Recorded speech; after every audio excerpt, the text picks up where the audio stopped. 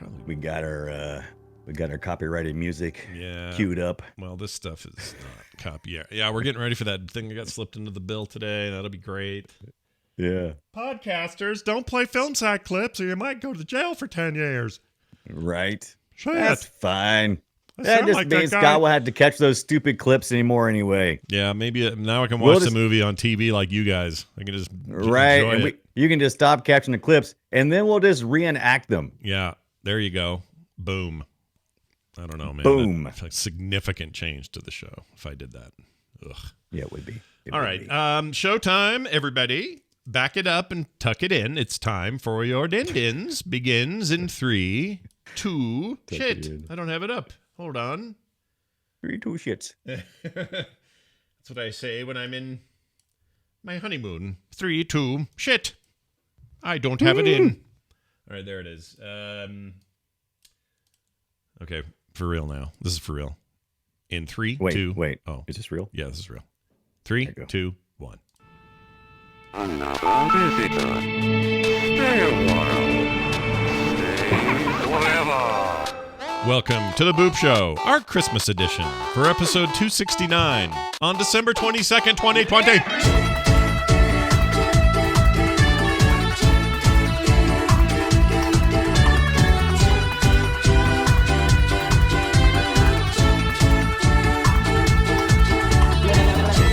Hey everybody, welcome back to the Boop Show. I'm Scott Johnson with Brian Dunaway. Brian, Merry Christmas week, Brian.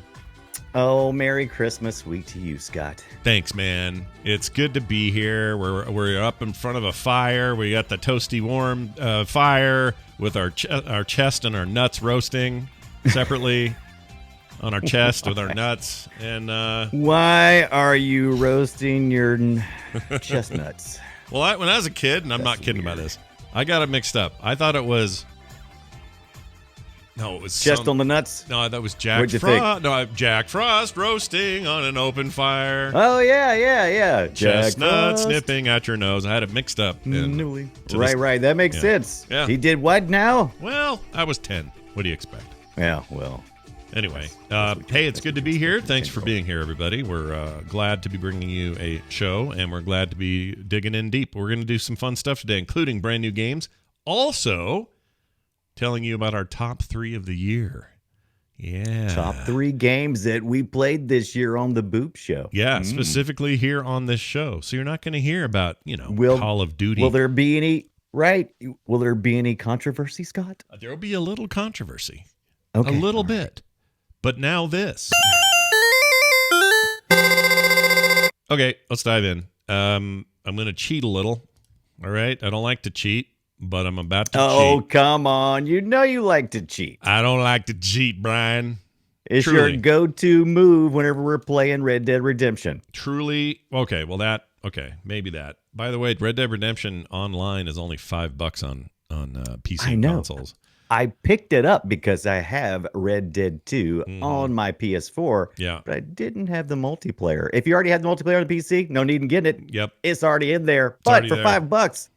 Yeah, if you don't have any of it is the point. If you don't have any of it, maybe the answer for you is to grab yourself that. But nonetheless, I'm not talking about that. I'm going to talk about another major genre this year that I think we were failed on a little bit, and that's the cyberpunk, cyber future, Blade Runner-y kind of motif with the cool music and the cool visuals and the dirty city with the tons of flying cars and all the shitty, future stuff that we love about that whole subgenre. Well, Cyberpunk, it came, it crashed, it had a lot of problems. Some people are fine, PC mostly, but if you had the not if you're on console, you're not happy. No, probably not. Although it runs fine on a PS5 or an Xbox Series X, but again, you're getting the old version of the game and it's just running better. But anyway, bit of a bummer on that side of things, although PC players seem to be pretty happy with it, those who are. My experience with the game so far is that it is 1,000 times better on PC and kind of mediocre in terms of what kind of game it is. So I decided... Is that your hot take? Here's my hotter take. Well, so far. I'm not far enough to make any kind of final judgment, trust me. But I am also not that far because the game isn't holding me like I thought it would. and I've decided to play some other stuff.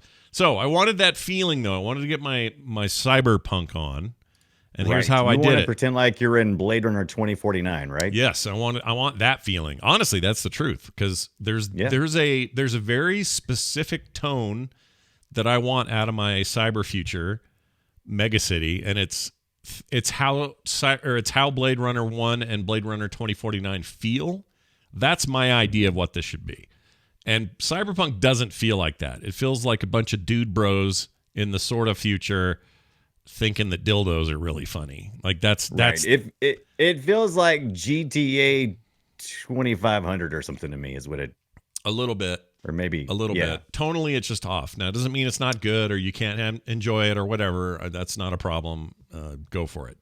Big fan of GTA 5, so why wouldn't I GTA 2055? But it's just not doing much else for me. So what did I decide to do? I decided to get my Cyberpunk on a different way, and that was to dust off a game that I played back in April and thought was undercooked, and I'm happy to report today this is now a much, much, much better game, and my pick of best cyberpunk-themed game of the year. Oh, yeah, that's right. Take that, Cyberpunk proper. Oh, starting off early. Yep. This game is called Cloudpunk.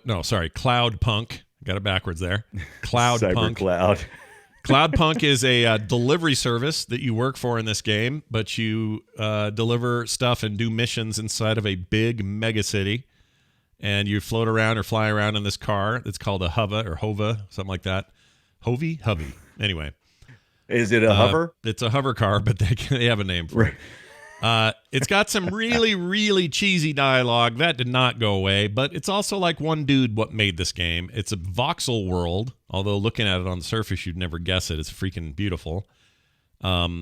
My gosh, the lighting is just fantastic for this to be voxel. Like, I'm telling you, man, we've seen some amazing things this year with voxels and the lighting getting just don't even worry about the material. Oh, yeah. Like, even, amazing. Beyond things like, this game doesn't even support it as far as I know, but there's no like ray tracing or anything. It's just a beautiful game.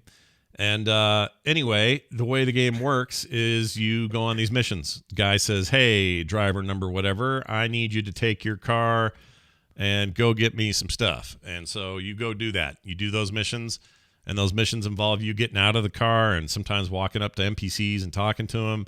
When the game first launched, it annoyed me because in that version of the game, which we're going to show you here, and this still exists if you want to play it this way, you're just a little tiny third-person dude, and the whole world just kind of scrolls with him moving around.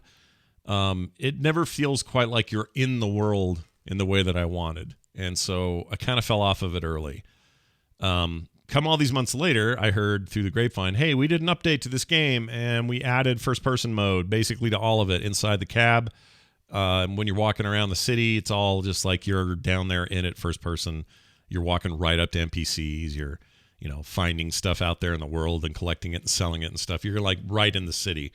Brian, I can't believe I'm going to say this, but that one feature took this game from a 6 to a 10 for me. It's that much better of a game. It should have been that from the beginning, and I can't believe it took them that long to freaking figure it out, although I'm really glad they did. Now, the only hang up here, the only real caveat is any of you with consoles are like going to rush out and get it on your console. Don't do it just yet, or if you do know that the update for those devices hasn't come out yet. The update is PC only at the moment, which is where I'm playing it. Also, it just performs better on PCs. It gets a little boggy on console versions. The Switch version's pretty boggy. The Xbox One and PS3 or PS4 versions rather, which is all that they really are. If you're playing them backwards compatible, I guess that's cool, but they're not optimized for the new consoles yet. Again, small game, one developer, tiny little thing, but they really have captured the feeling that I want out of a game like this. Now, at the end of the day, it's all fetch missions, deliver this, pick up this bomb and deposit it somewhere before the time runs out, get back to town, take the freeway thing, come over to this other corner of town, talk to this guy.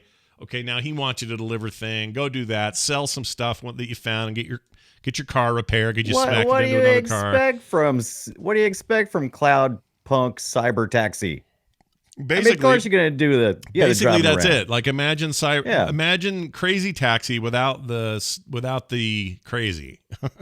It's just like a lot of deliveries, which I'm a fan of in space games and in particular, and in a game like this, no problem. I just want people to know what you're getting. You're not going to get like some deep dark like, ooh, I'm gonna infiltrate the corp and I'm gonna get in there and hack the deal. You're not doing any of that. You're just kind of there's a story. It's mission to mission, right? Mission to mission, and there's a story the whole time. And I think the story is understated and interesting, except the dialogue's pretty bad. I'm going to share with you an example of the bad dialogue, Brian.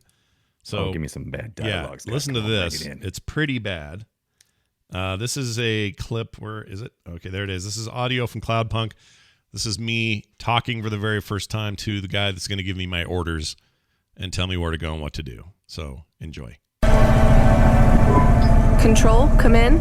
Is this channel receiving me?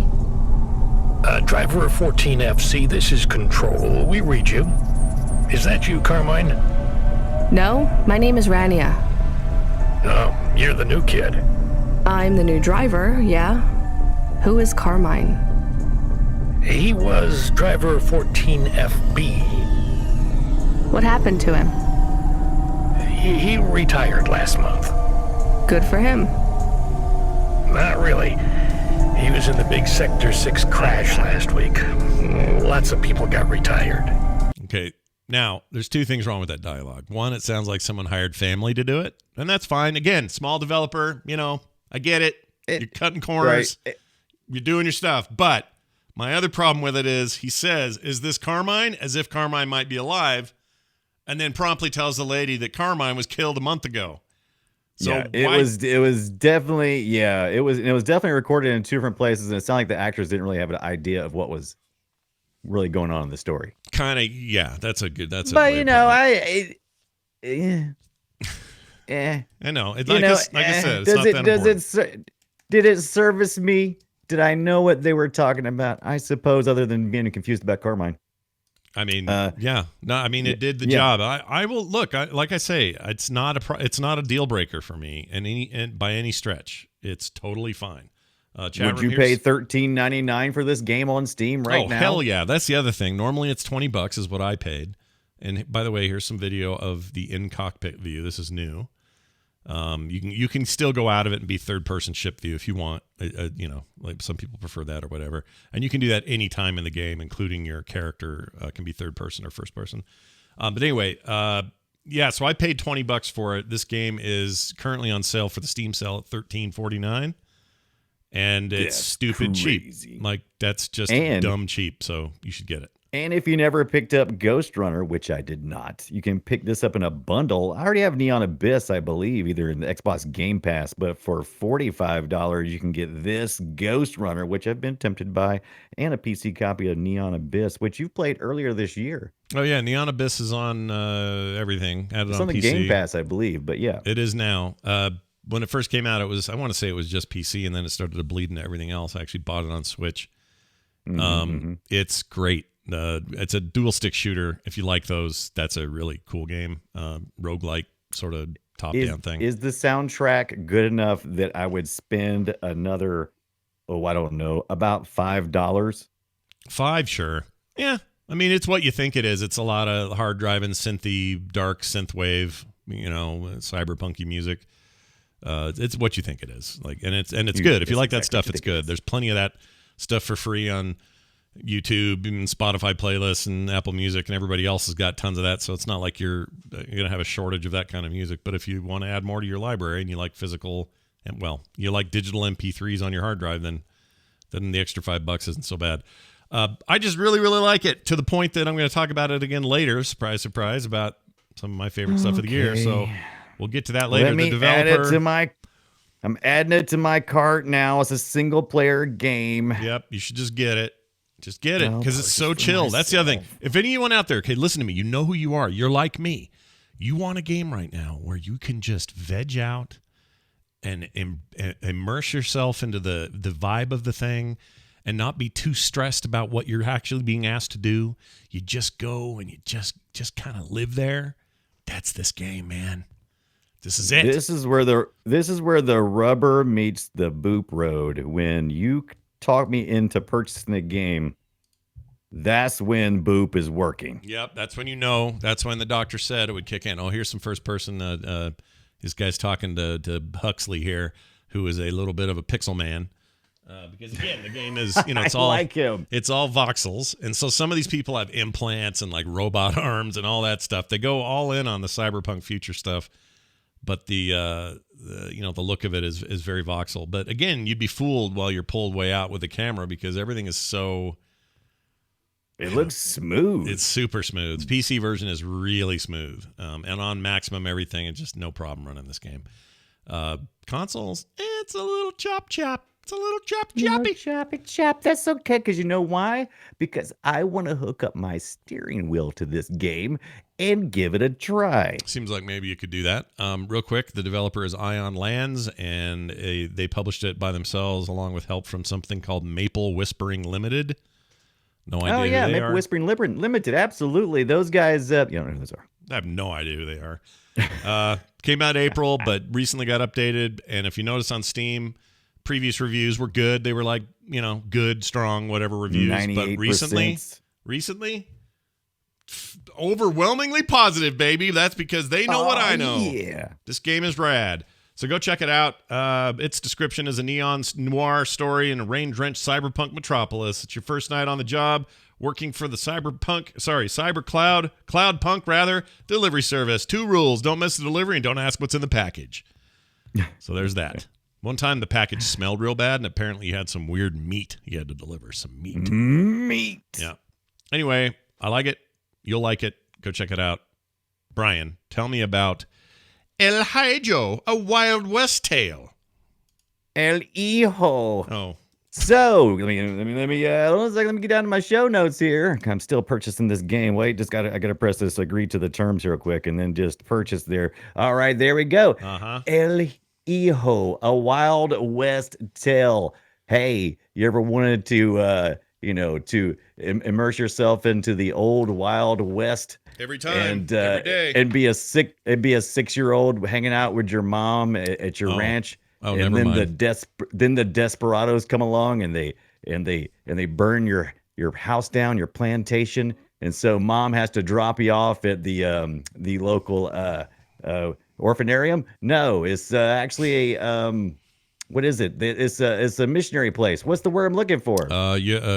Monastery. Monastery with the monks. Okay. So mom. Okay, so you're on the lam. Your mom's trying to get to safety, but she's going to drop you off, 6-year-old, at the monastery where the monks are. And you're not having any of that because you're 6 years old and you got a slingshot and a picture of your mom and a lot of happy memories. So you're going to try to get out of there. And that's where the stealth comes in. Okay. This is a non-violent stealth game. You do not choke anybody out. Oh. You do not come up behind anybody and jerk them back and kill them. No, then, sir. Then what's the point? What is the point of a stealth game where I can't leap up on their shoulder and break their neck? Why not? Why not indeed? Right. Why not indeed? So I personally like it. Makes sense to me because the character you're playing, the titular character, El Hijo, is El Hijo. It means son. Anyway, so you're playing the son, and he's 6, so it makes sense. He's not going around shanking people, right? He's just trying to sneak. He's just trying to sneak around. So that's what he's doing. You're equipped with a couple of things. You're equipped with a slingshot, so you can pick up stones occasionally, and you can distract whoever's you're fighting against. And it's usually in the very first 7 levels, you're going to be going against some monks, and they're mole monks. They can't see worth a crap. How do I know? Because I'm also equipped with a little bird, and that bird shows me where their vision is. Like a bird that just hangs out with you, or what? Yeah. Your mom gives it to you early on in the game. Oh, okay. So you just hit your little bumper trigger. It's a controller, by the way. I do this all with controller on the PC. You just hit the little bumper, and your little bird flies out, and he flies around, and then you can see like a little cone shape of where whoever you're trying to sneak past can see. So you get your little bird. You're saying you get your bird out. Okay, I heard that part. You get your bird out, and get your bird out. You pull your bird out. And so then you'll see there's a little crosshatch, and you're like, oh, I can't walk in that area. If I do, I'll be found out. What's the penalty for being found out? Usually you have to go back to the previous checkpoint. You'll notice there's checkpoints as you go along. They'll be like little sparklies, and you'll walk past the sparklies, and click, you're there, you're engaged. And if they catch you, then you just pop back there and try it again. Not too much of a penalty. Usually, you just pop back, maybe just like a room. Yeah. So you're kind of going room to room. Sure. In the beginning, and then you'll go environment after that, because your first 7 is at the monastery against the monks, and then secondarily is in the town. You'll be having to try to avoid cowboys. Okay. As you would in your spaghetti western. By the way, all of this is backdropped with this spaghetti western kind of soundtrack. It's serviceable. It's not going to blow you away, but you definitely feel like, oh, this is a spaghetti western. Here, I'll play a little music here. See what this sounds like. And sometimes you don't get very much music at all. So this is like a tense underground dealio here going on. Very simplified graphics, but very colorful. Do you like this? Do you like the style of the graphical style? I do like the graphical style, actually. Okay. It fits in well with this. And the reason why is because this game needs large palettes of bright colors, because in areas where you're trying to stealth, you can stealth in most areas, but if there's light, then you're almost always revealed. So you have to be in shadows. And so they went with this very simplistic style, using lighting to let you know where you can kind of sneak in and out. Most of these characters that most of these NPCs you're trying to skirt around, have very limited vision. And I don't know if there's mole people, if they didn't have good vision care in this particular town, but they really can only see if you're like in really brightly lit areas. And it's really good too, because sometimes if you get close to them, there's a little circle that pop up below them. It's kind of like their hitbox. So if you approach them close enough, you'll see the hitbox, and sometimes you still can't avoid them, because all these NPCs are walking patterns, right? Mm-hmm. So you'll walk into an area or a room, and they'll be doing their pattern. Different characters usually have the same walking pattern, sometimes different. Does this ever happen? Tell me if this ever happens right here. Yes, tell me. Where is it? I'm trying to find it. I can't find it. Oh, here it is. Does that ever happen? You get one of those? It actually does, and the characters don't talk, but they do make the occasional and so you'll actually run into them, and it'll go rah, and you'll go, oh no, and you realize you've been busted, and they'll pick you up and they'll take you back to the previous area. By the way, while you're doing all of this, you're also, there's little side questing, very basic side questing of inspiring other children. So it is very much a child world versus an adult world. All adults are out to get you, and all the children are out to share in the experience, and you're trying to brighten their day and spirits, and trying also to get back to your mom. Well, wait, where are the other kids? Are they involved? Usually you'll see them. They're usually like it's usually like child labor stuff. Yeah. So it's like, oh no, that poor kid. Yeah. Not really any violence to speak of, but if you're disturbed by child labor, you know, there's some implied child labor is what you're saying. Okay. Yeah, right. It's pretty blatant, but for the most part, it's almost all stealth. Occasionally, you'll have to solve a puzzle that's beyond just the stealth. You might have to push like a barrel out of the way, because usually what you're trying to figure out is a path, and you're like, you may come into an area like, oh man, there's no path to get through here, and then you'll have to kind of look around for a little bit, and usually something you can either push, or maybe you've got to. There's one area that I really thought was funny. There's one area where there's chili being made, and you can take you can add things to the chili, and one of the monks has to leave. Oh, because he's got the farts. He's got the, so that's So there. Okay, well let me ask you this: they seems like your little dude can just walk around in front of everybody pretty openly without too much ramifications. That's what I'm saying. These are some blind people. So most stealth games usually are violent, and usually you have a very narrow walking area where you can walk. Sure. You have a pretty wide area you can walk here. You just have to be aware that you can't get too close, because a collision will definitely get you caught. And then if you walk in any light areas where they can see, you'll definitely get caught. Oh, see, there's a kid working. He's banging on that. Yeah, rock that's what I said. If you're upset by child labor, don't play this game. Yeah. Yeah, but you got this hero. He's going to come save us all. He's like Short Round in that second Indiana Jones movie. He's going to save all the kids. You know? He is, and I like, I did a lot of getting away sometimes with stuff because I would get to an area and I'd be like, I've already done a couple of these already, and sometimes just running is and getting to a ladder sometimes is what you have to do to get past something. Sure. There's multiple ways usually to get past an area, and as you go along, multiple paths open up to you, so you don't have to cover every area.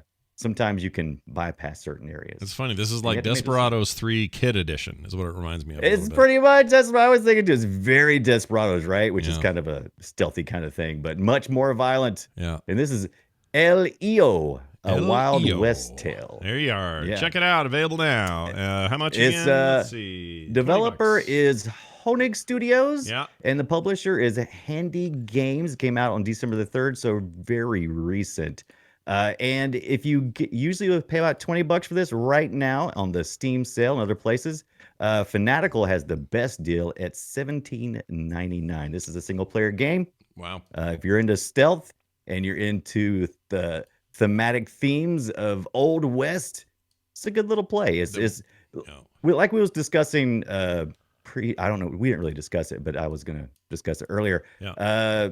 My gaming is more casual, light during this time of the year because I'm so busy and I don't have time to really dig into anything. And yours is kind of like you said, your Christmas game is World of Warcraft. Yeah, I like to get in, man. I like to get, well, it's actually kind of, it's funny you say that because it's kind of similar reasons. Like, WoW, yes, is a more in-depth time investment or whatever, or it can be, but it isn't really how I play it during the holidays. There's just something comforting about it. Like, I can just get in there for a couple hours and just let my brain go and kind of have TV on at the same time. I'm done with the story. I'm past all that. So I'm, at a place now where I'm just sort of doing my dailies and getting my stuff worked up and everything working on alts. Yeah, it's just comfort gaming. And WoW has always been that for me for the last 15 years and maybe for the next 15 if I can live that long. So we'll 7 to 8 hours, single player game, solve some puzzles, do some stealthing non-violently. Your kids can watch, they can play too. I like it. I enjoy my time. All right. I enjoy my time. What else? You also really like this. You kept pushing this puzzle game down my throat like some sort of child labor man. Tell me what you're playing there. What is this? Yeah. So I've been playing this. Crap. And as soon as you asked me what it was, I totally just blanked on it. Good Night Story, right? Night Story. Yeah, Night Story. Yeah, Night Story is a match 3. This is something else I like to do this time of year. This is comfort food for me. I don't like playing like Candy Crush and those kind of games, but I do like the battle strategy RPG kind of match 3 where you have a match 3 down at the bottom, then you got like fighters at the top, and based on your matching, you can destroy other characters. I don't think this is the game what you're looking at. This is actually that's not it. It's Night Story something. It's like there's like another. Is it Good Night Story? A Good Night Story. That's it, with a K, like night. There it is. I found it. Yeah. Okay. This is available on Android iOS and iOS. Android, I believe. Right. Both things. Okay, there it is. That's the game I know. I've played this. It's actually quite good for a match 3. It's it's like a dungeon crawler with all these abilities that are very dungeony and stuff, and you have shops where you can improve your abilities and whatever, and you can kind of just play the damn thing. Like cool. I didn't. Now I don't know. I wasn't sure. I meant to check. We had a new phone, and so we got 3 months of Apple Arcade, and I got it, and I'm not sure if it's part of the Apple Arcade or if it's just free. If it's just free, it's amazing because there's almost no advertisement. It's free. I haven't been pestered at all. Yeah, it's free, but I think there's some microtransaction crap in it, but I don't remember what it is. It's one of those I don't mind because it's not showing me ads every 5 minutes.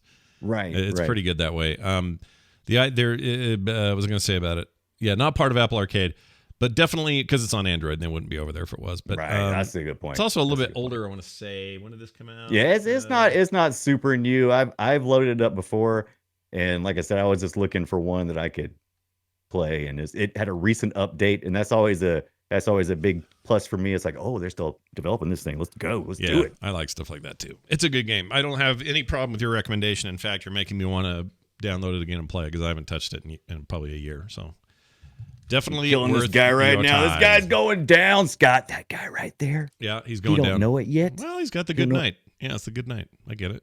He's gone. Hey, He's hey out. Brian, look at this. Listen to this here. Got a little Christmas music in the background. It's not very loud. Hold on. There we go. Is it time for the first annual Boopies? Yeah, we're doing the Boopies. Except, is this our?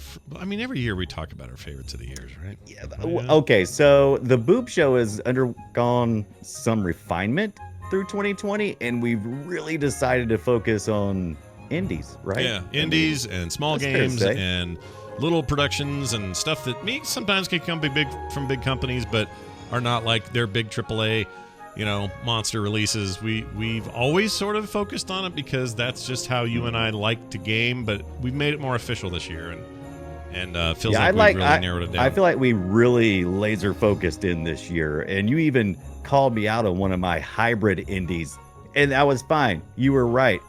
So well, I think this should be the first.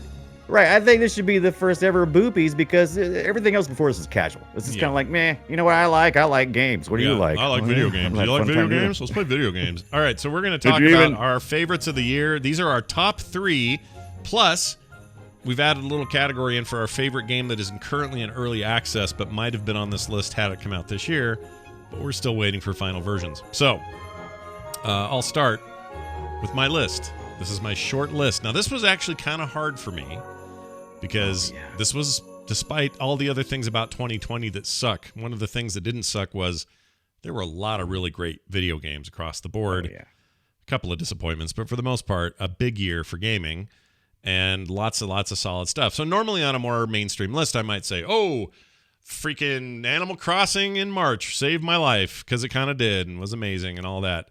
We're not going to do that here. That we're not going to talk about that amazing game because who would we be? Yeah, because who has it? I mean, how can you not admit the impact of Animal Crossing during 2020's COVID crisis? I mean, you have to, right? You are obliged by law to say that game saved you, because it did me, and I loved it. But this is not that. That's not a indie game. We're going to talk about indies. So here we go.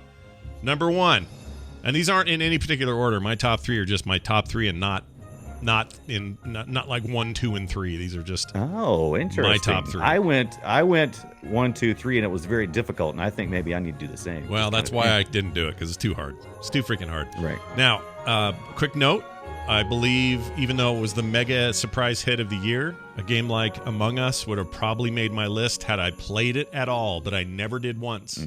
Now I own it. I'm gonna play it. I'm excited to play it with some friends. But I don't like games that make me feel like I'm mean. Right. And so I've just kind of... I played it. Yeah. I played it. I think it is one of the most refined games for this type of game. I mean, it is really... They really did an amazing thing. But I don't really... There's not any depth there. Well, I mean... And I felt like there needed to be a little bit of depth. Especially with the kind of games that you want to play. Sure. And impact-wise, you're right. It's a gigantic game, and it deserves props, but it's not on my list. My list goes like this. Number 1, again, not in any particular order, Star Renegades. Talked about it here on the show. Yeah. This is an amazing game. Star Renegades features a turn-based science fiction, 16-bit, but also with a bunch of modern-looking stuff with the graphics engine. And just creates robot combat and fun times that I did not expect out of a game like that. I loved it and look forward to playing more of it. It has randomization and roguelike sort of procedural generation qualities to it, which means a lot of replayability. And it's now everywhere. You can play this on Switch, Xbox, PlayStation, PC, and I want to say phone versions are maybe coming if they're not already out. Not sure about that. But it's really, really good stuff, and I meant to have video of it playing, but I didn't prepare very well for this. So I'm not so sorry, chat room, but everyone at home listening, hey, today you win. Pure audio here. It's very, very good, and if you're like, oh, I kind of remember Scott talking about it, go and find the old episode. You might be surprised how much I liked it. All right, number 2 for me. Talked about it today. Number 2, Cloudpunk. Cloudpunk went very quickly with that update from probably not on this list to in the top 3. And not much else to say about it because I already did, but Cloudpunk is an amazing sense of the world it's trying to create. And for me, that's when video games shine the most. So it, I think, deserves a ton of praise, and I would recommend it to just about anyone. Again, a word of warning. Some of you are going to go, well, do I get to punch and shoot people? No, you don't. That's not what this game is. This game's about atmosphere. This game's about tone. This game's about a sense of place and time that is hard to replicate. And somehow a game with voxels in it pulled it off better, in my opinion, than Cyberpunk did with its mega billion-dollar development. And then thirdly and finally, but maybe on the top, if I had to pick the one I spent the most time with, it's a little game called Fury Unleashed, and Brian talked about it as well. We're both big fans of this game. This came out, I want to say, originally on PC and then quickly showed up on everything else. The developers are also super cool to work with. I've got some Xbox codes we'll be giving away at the top of the year. So people who maybe want to get it on that platform can, because we'll be giving them away on the show. But anyway, Fury Unleashed is this side-scrolling, run-and-gun kind of roguelike game that is, at 1 minute, it feels like, oh, this is like the natural succession to a game like Rogue Legacy or something. And on the other hand, you're like, well, it plays like Contra or, you know, a really well-made side-scrolling shooter Castlevania-style action game with this art style that is intentionally, and it took me a little while to come around to it, but it's intentionally, it looks like your favorite angry stoner kid in junior high wrote this on his desk during detention kind of game. And right. He drew a whole comic book, but that's because what you're actually playing is a comic book. That's right. Either all the sections, like if you played a game where you're moving section to section, you know, imagine Rogue Legacy as an example, those sections are treated like comic panels. So when you clear one, you clear a comic panel, move to the next one. It's random every time. It's never the same. Tons of power-ups, tons of stuff to unlock, lots of weird mini-games in between. And just the minute-to-minute gameplay is so much fun, so smooth, so fun. None of the games or guns are boring. They're all great guns. No, all fun. And it just feels like you're just Lord of Destruction in this thing. It's awesome. Yeah. It had one of the greatest. We talked about flow for a couple of months here because it seemed like every game I was touching had like a great game flow. And this was the height of it. As a matter of fact, it ruined a couple of games for us later in the year because they weren't able to replicate that flow where you just kind of just going through and just enjoying yourself, getting zen. We got a really important question in the chat. Is the term roguelike or roguelite? They're kind of interchangeable. There's I two. see it both ways a lot of times. Yeah. So I don't think there's any real distinction, although roguelikes are probably harder and more akin to the original Rogue game that name comes from. Go look it up on Wikipedia or something if you want to know more. But light tends to say, hey, this game's not so hardcore permadeath, but it's got elements of Rogue style games in it, and so therefore we're a little on the lighter side on that, but it's still in there. Like that's kind of what they're trying to say when they say light. That's a versus light. great question though, because we talk about those a lot on this show. Also, Dwight Schrute in the chat with "Kiss My Grits," nice deep cut about flow, and my. Oh, that's true. I didn't even get that. Yeah. I forgot I was saying flow. I 'Cause you apologize. said flow. Yes, you kiss my grits, Mel. and there's a generation of people around our age who would know exactly who that woman is, and the rest of you have no idea what we're talking about. Mel, kiss my grits. Can't recommend it enough though. Fury Unleashed is amazing, and there's no excuse because you can get it everywhere, and it ended up being just such a nice surprise. What a rad game that turned out to be. So that is probably my number one, definitely in my top three. And now my early access pick of the year that probably would have made this list had it not been still in early access. I suspect it will come out of early access in 2021. And I think it's amazing already, but that game is Shipbreaker. Shipbreaker, although it has a longer name and I always forget. Hold on. Yes, I think Shipbreaker is the second part of it, isn't it? Or is it? You're right. It's something : Hardspace Shipbreaker. Hardspace, that's it. Hardspace : Shipbreaker. And don't say colon too Colon many times. Shipbreaker. Starts to sound weird. Shipbreaker is a rad game. It's a first-person perspective game built in Unity, although it looks as good as anything Unreal will throw at you.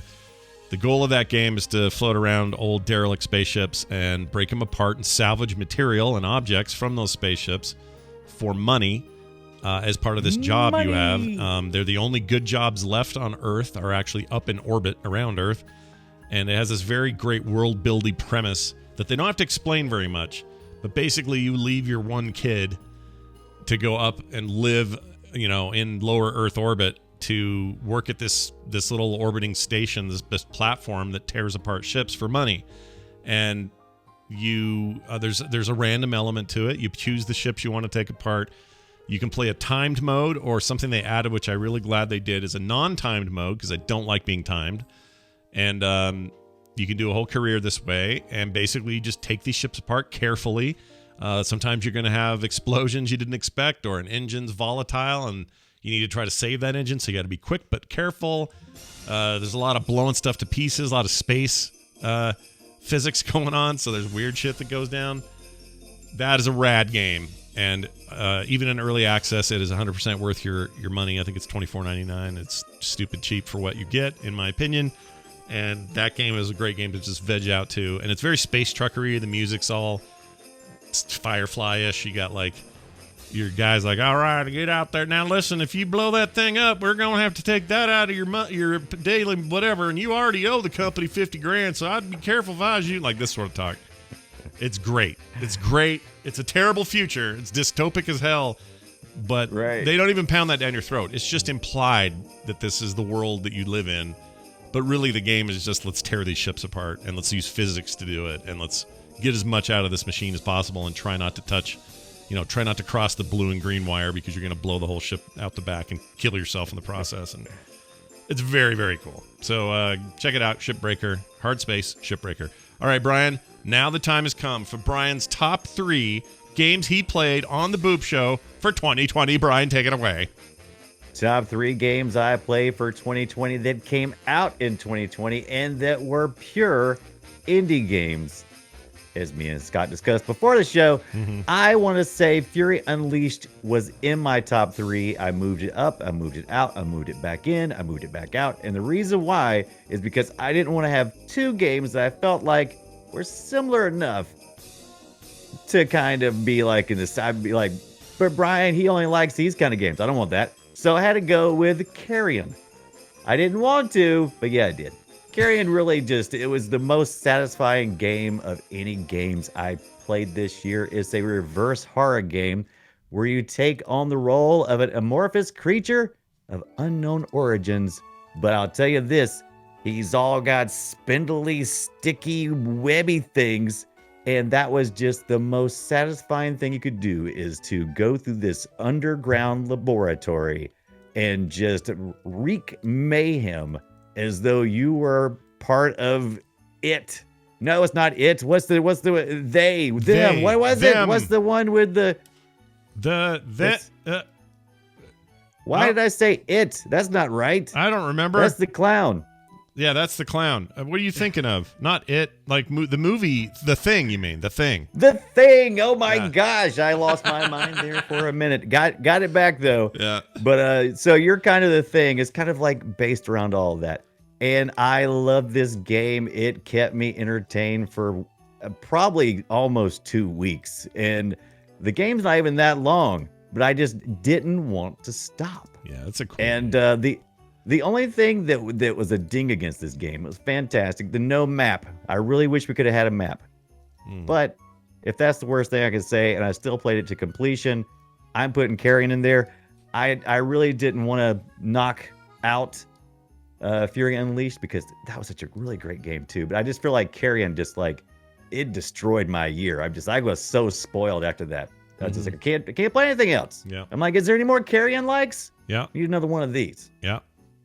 Couldn't find one. Okay, also in my top 3 is Evergate. I don't know if you guys remember me talking about this, but it's a 2D puzzle platformer. Remember that one? I do remember that. Where you're in the afterlife. Yeah. And you got to go through like all these stages, and you got to use your soul flame to help find the lost souls so you can get the crap out of there, which is what this is all about, getting from gate to gate. And that game had so many unique puzzles, but one of the best things about that game was the fact that it required such a different combination of muscle movements that I was not used to in other games.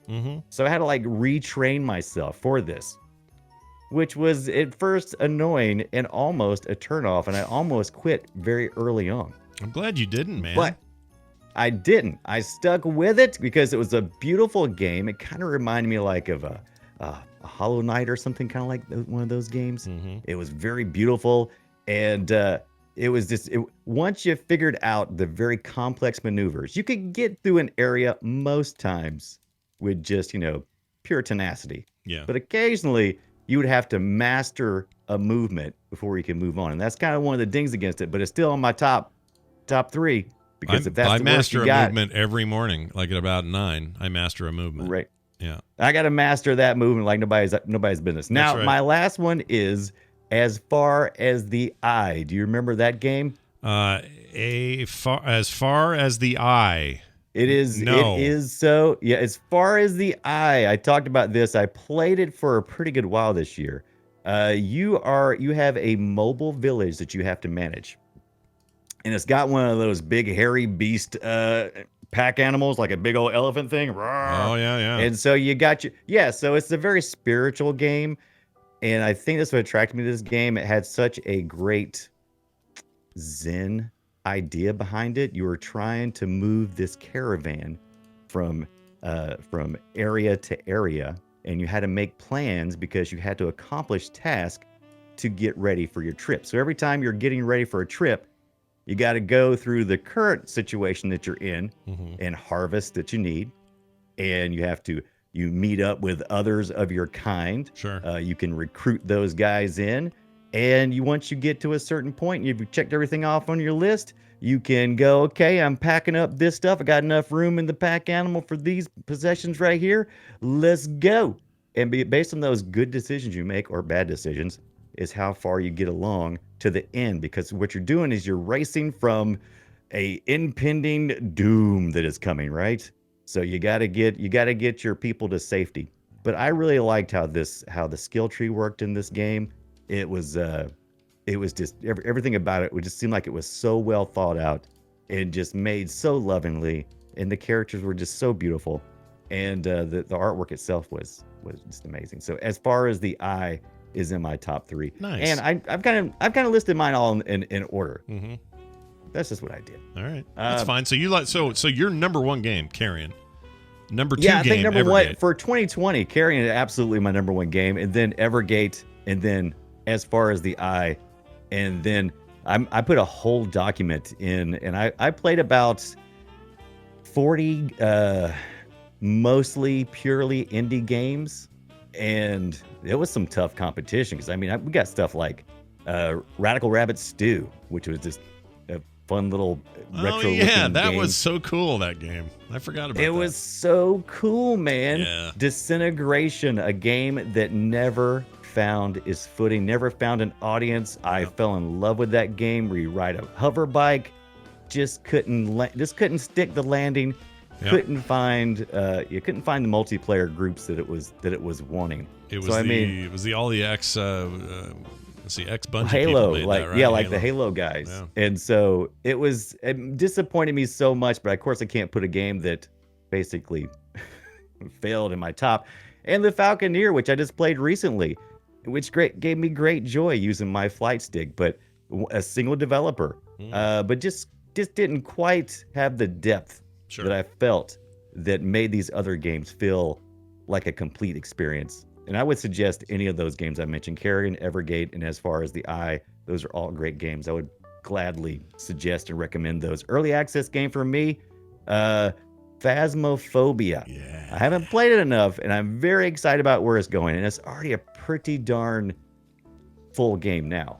Mm-hmm. But I feel like I'm going to spend a lot. I've been playing on the beta branch with Alex, or at least I did one night, where we played the new prison level, and it's horrific. That thing is horrific. It's going places. Yeah. Yeah. It's really good. There's a real simplicity to what they're pulling off there, and it's still broken in lots of ways, and graphically it's janky as shit, but it's scary. It's so scary. Like, heart-poundingly hide in the office, hope that thing doesn't come into this room and kill me kind of scary. Mm-hmm. And there's a reason it was a huge hit on Twitch and still is. It's a very cool game. It's very cool. Yeah. I think it's just got no place to go except for up. Go up, everybody. That's what we're saying. Go up. All right. That's our big 3. Those are our boopies. I hope you enjoyed them. The boopies. The boopies from the Boopy Show. All right, now there's time for this for sure. Whoops, I'm in the wrong place. Here it is, right here. Yeah, check that out, everybody. Music means it's time for us to read an email from a listener. This came to us from John, not John from the Core show, which is tomorrow night. Or no, it isn't tomorrow night because no, it's Thursday night. Thursday night, but right. It's also not the Thursday because it's freaking Christmas Eve. We're not doing a show on Christmas Eve. Oh, that's a good point. I don't know what we're doing. All right, anyway. He says, "Oh, hello, Scott and Brian. Just wanted to send you a heads up that Monster Sanctuary is bananas good." He says it's a 16-bit monster collecting Metroidvania with turn-based combat and RPG elements. Try and chew all that at once. It's a super fun experience worth diving into for a few hours at a time. Give it a whirl, boop, and boop all night, he says. John. Yeah, boop all night, baby. I haven't heard of this. I'm gonna look I it haven't up. either, but I'm looking at it right now. Overwhelmingly positive on Steam. December 8th, this came out. A whopping $20, and Team 17 is the publisher. They always publish some really good games, and this looks pretty darn good. I like that little tech tree there. Very old school looking. Very old school looking. Let's see. This is a good suggestion. Switch, Steam, PS4, and Xbox. Oh, interesting. So you're just collecting these things, learning skills. Oh, this looks like I might really like it. No, right? All right, I'm checking it out. Monster Sanctuary. This looks like my jam. Totally into it. Huge thanks for that. That sounds like an amazing recommendation.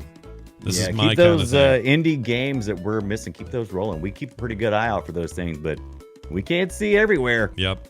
It looks like a proper... Oh, by the way, it looks like you can pick it up on Fanatical for $12. $12 or Green Man Gaming for $11.50. That's Fanatical. Brian's $12 voice. I always like your $12 voice. All right, well, it's Give on it my away. list now. Well done. And also, that reminds me when you said Monster, I did try, because it's on Game Pass now, so I tried it on console. I tried Monster Train finally. Yes, I love that That game. game's great, dude. It's great. It is. I wanted that. I didn't think it came out in 2020. That's the reason why I didn't put it in my list. I think so. That was the game that I played this year that was just amazing. I think it came out earlier than that on certain platforms, and then I think it came out on a couple of more. In My Echo thinks I'm talking to her, and I'm definitely not. Okay, here it is. Came out May 20th, May 21st this year. So it was this year. Is that for everywhere? Yeah, everywhere.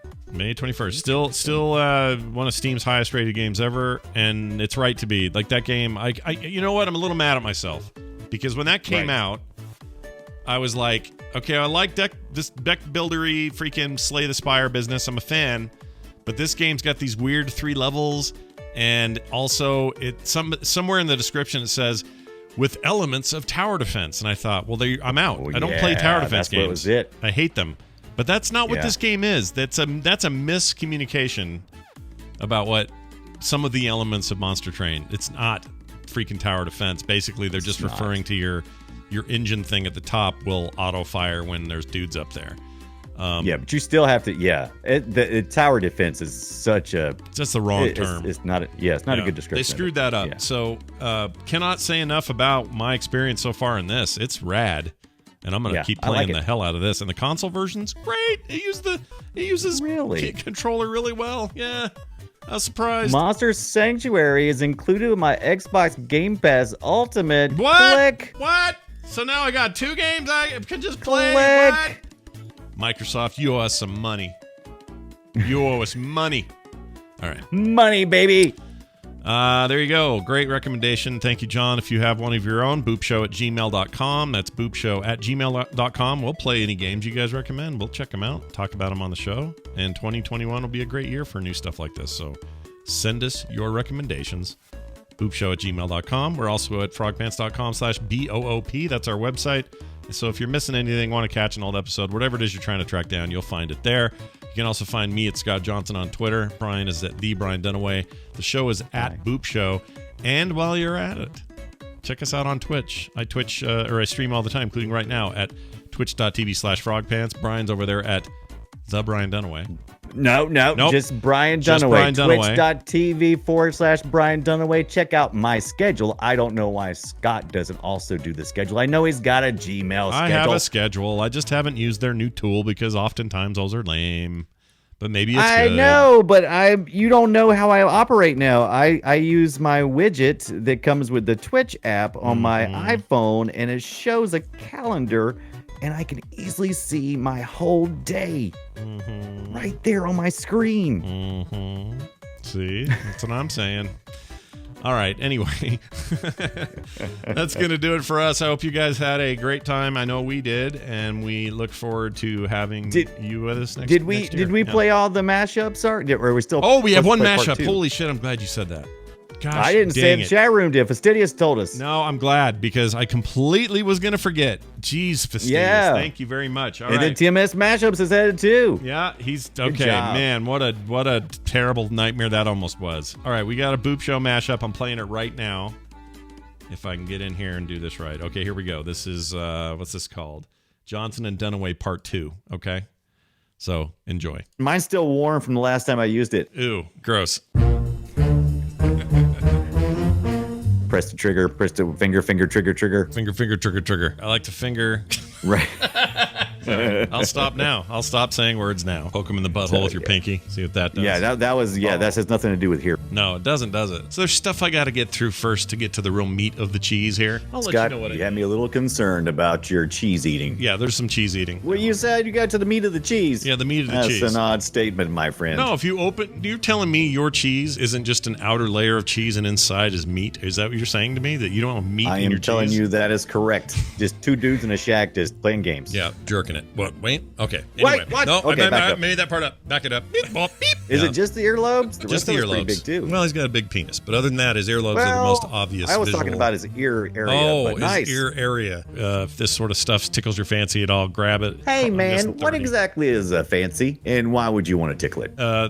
You really? I hear that a lot. I get kicked off Twitch if I put it on camera. I can't show you my. Okay, fancy. don't show me your fancy. Okay, not so you allowed. don't need to lay down on the bed to tuck in your fancy. No. It's 1998's huge hit. Guy steals a thing. You nailed it. That's it. Guy steals a thing. No. So thank you Yes. for that. No more micro USB. I'd rather kiss a donkey than use another micro USB ever. Why a donkey? I don't know. A diseased donkey. How about that? Does that make it better? A diseased donkey. Definitely makes it better. I would play it right now if I had it in front of me. I loved I Advanced Wars. loved it. I would let it touch my fancy. I think this seems what's the word? There's a word for what I'm trying to say. What are you when you're really going for something? Right. What's that called? You're like super When you're really going for it, and I don't know. not gregarious. What's the word I'm looking for? It's a big risk. They're risk takers. Yeah, They're going all in. They're going all in. Not focused is another word, and I can't think of it. Not auspicious. Oh, They're adventurous. They're shit. they're ambitious. they're Ambitious. ambitious. We just went through the entire thesaurus to find that word for that was Scott. freaking But painful. you're right. There's a skeeter on my Peter. Blow it off, and I don't know exactly where he got it from, but it always made me laugh. There's a skeeter on my Peter. Blow it off. That's Like exactly that? how it went. Okay. That was it. Oh man. Was that true that there was actually a Skeeter on my Peter song? Is that real? Oh yeah, totally. Yeah, you used to talk about that all the time. Okay, I believe you. Yeah, that's one of those things growing up, man. When I was 13, it was hilarious. Well, there was and even at this age. yeah, even at this age, there's no better way to end today's episode, I think, than with that fantastic mashup from our pal Jamie. You can find him at TMS Mashups on Twitter. Boy, am I glad we didn't end the show yet, because that was great. Oh, Well done. lost that. Yeah, but I'm gonna end it now. Are we back for one more Boop Show before the end of the year? I think so. I mean, what are you doing Tuesday? Let's do it. I should be good. I should be. What is that? Is that like New Year's Day or New Yeah, Year's? no, what is it's no, because New Year's is Friday next week. So this week it's Christmas is that? Oh, Friday. it's just a Tuesday. It's like the 29th. Yeah, Of it's course just a we'll be here. Tuesday. Yeah. We'll be here. Yeah. We got games. I'll probably talk about Monster Sanctuary. Oh, you bastard! I was gonna just kidding. Oh, you I'm bastard. kidding. We'll do it together. All right, we'll do it together. We'll at least comment on each other's game, and that's fun. That's always fun when we're playing the same thing. All right, y'all have a fantastic Christmas, and I hope it's joyful and that you get the presents you want, or Yes. whatever, and that you get to spend some of it with somebody around who doesn't have COVID or isn't exposed somehow, and that way you can hang around with them. That'd be You're great. really narrowing down their enjoyment. Weird. It's a weird year, but a good time for video games. So go play some and come back and hang out with us next week and into the new year as well. That's going to do it for us. For me, for Brian, for all of you. We'll see you next time. Did I say for Brian, and for Brian? Did I do that? You did. Hold on a second. We got to do that again because that was ridiculous. All right. So, hey, that was dumb. Don't forget, it's Scott and Brian. Bye, everyone.